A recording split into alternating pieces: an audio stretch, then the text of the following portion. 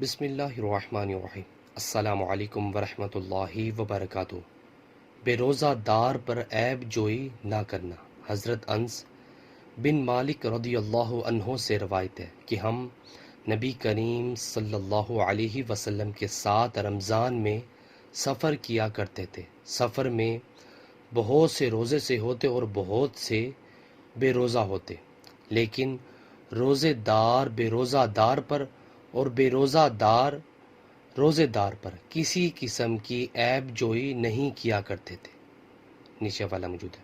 سو viewers, ہمیں بھی چاہیے کہ ہم بھی کسی کی عیب جوئی نہ کیا کریں۔ سو اللہ تعالیٰ سے دعا ہے کہ اللہ تعالیٰ ہمیں بھی اس حدیث پر عمل کرنے کی توفیق عطا فرمائے۔ ویڈیو کو شیئر کریں اور اس طرح کی اسلامک ویڈیو کے لیے میرے چینل کو سبسکرائب کرنا مت بھولیے۔